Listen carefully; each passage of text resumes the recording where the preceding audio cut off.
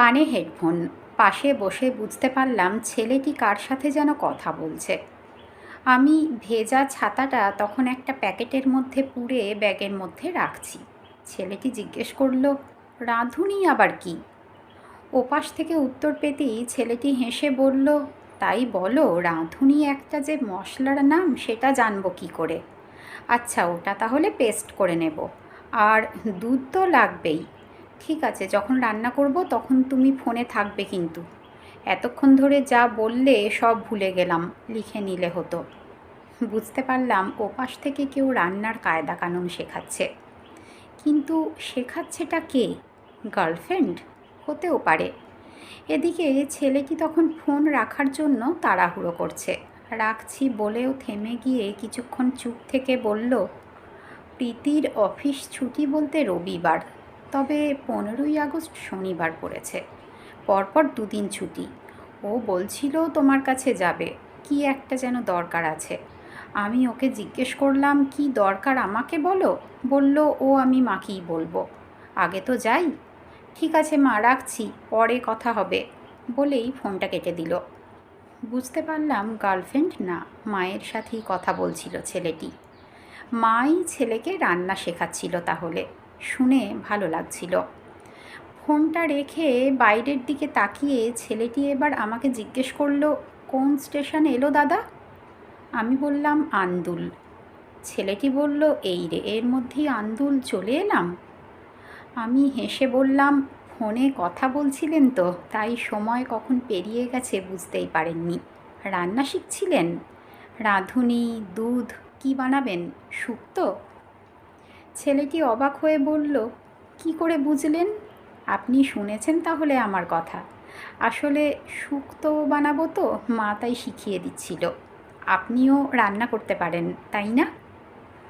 আমি বললাম, পারতে তো হবেই, রান্না করাটা একটা আর্ট।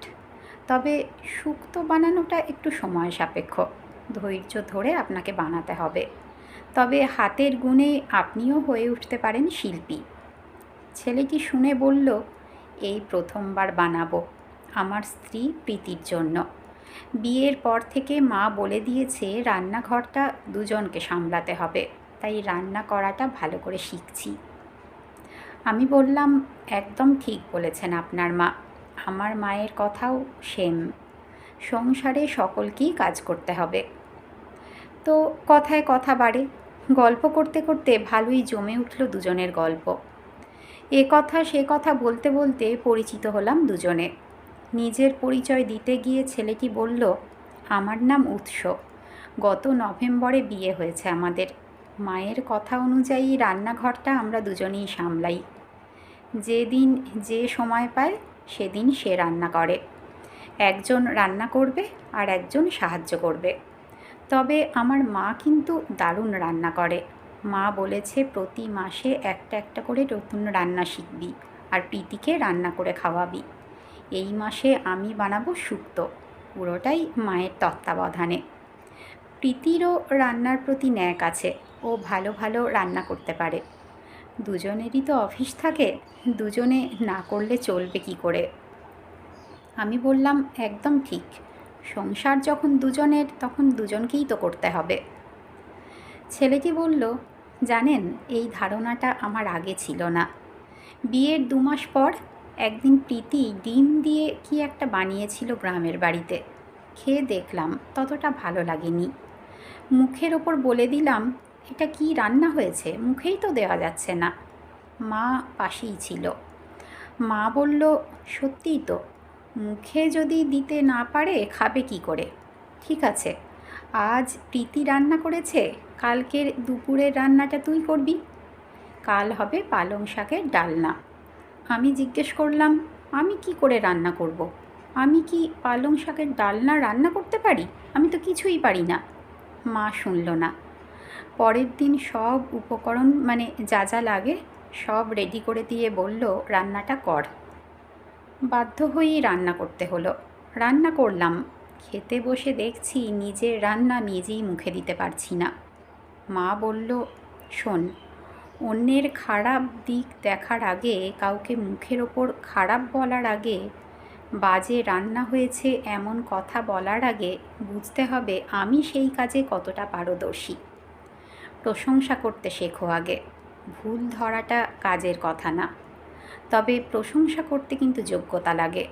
সেদিন বুঝেছিলাম রান্না করাটা সহজ কাজ না। সেদিনের পর থেকে নিজেকে বদলেছি।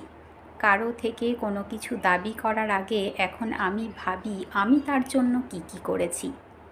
আর এমনটা বোঝাতে আমাকে সাহায্য করেছে আমার মা। তার মায়ের এমন উন্মুক্ত চিন্তাধারা মনটাকে নাড়িয়ে দিয়ে গেল।